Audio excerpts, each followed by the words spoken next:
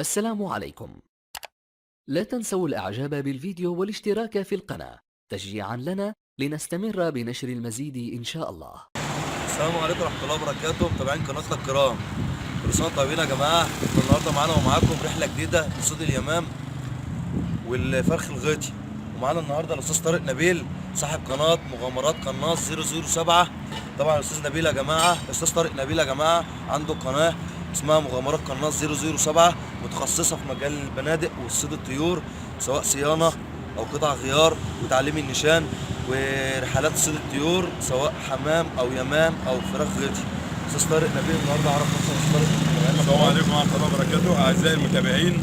طبعا احنا نحب دايما نبقى معاكم في رحلات الصيد ونمتعكم بالأوقات الظريفة ديت، وإن شاء الله ربنا النهارده يعني يرزقنا إن احنا نقدر نساعدكم ويبقى يوم سعيد علينا إن شاء الله. إن شاء الله. احنا طبعا الأستاذ طارق بالطريقة أستاذ طارق اللي أنت عرف الناس. طبعا البندقية دي البندقية اللي هي معروفة بندقية رمسيس نمرة 1 اللي هي عيار 4.5.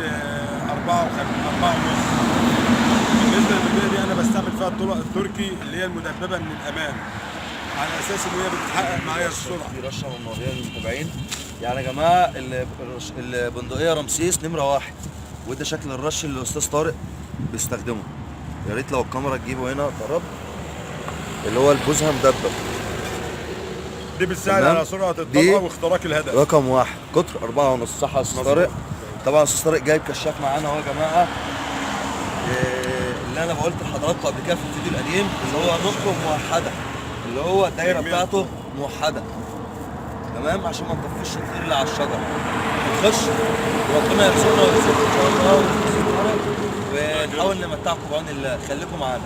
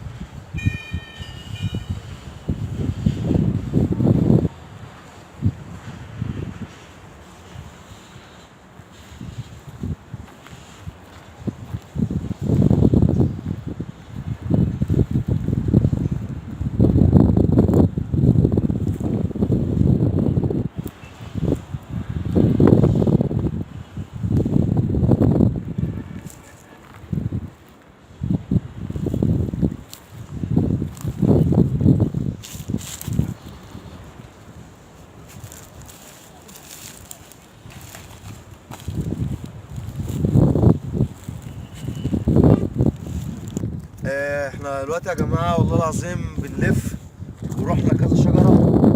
شايفين هنا كده الشجر هناك اهو، ثانيه واحده. زي ما انتم شايفين الشجره الثانيه الثالثه، وجايبين ده كله معانا واحنا جايين.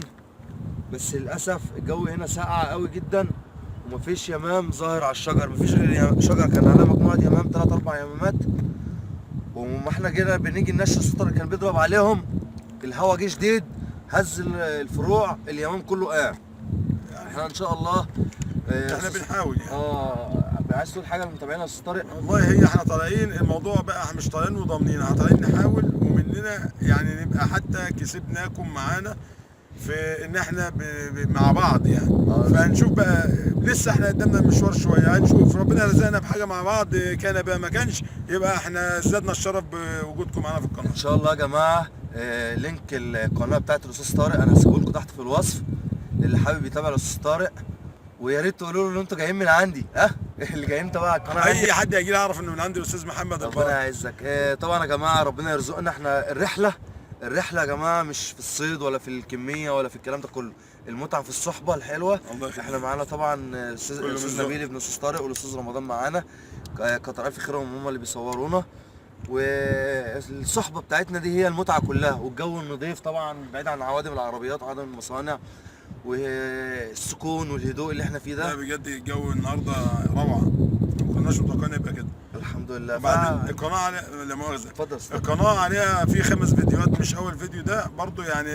تابعونا وهتشوفوا برضو عليها كل ما هو مشوق ان شاء الله. ان شاء الله ان شاء الله يا جماعه، وتابعونا وربنا يرزقنا يا رب. ولو جبنا حاجه هنصورها لكم، وما جبناش حاجه برضو هعرف حضراتكم. يعني انا الحاجه كلها مباشر، رحله بس مباشر قدام حضراتكم اهو.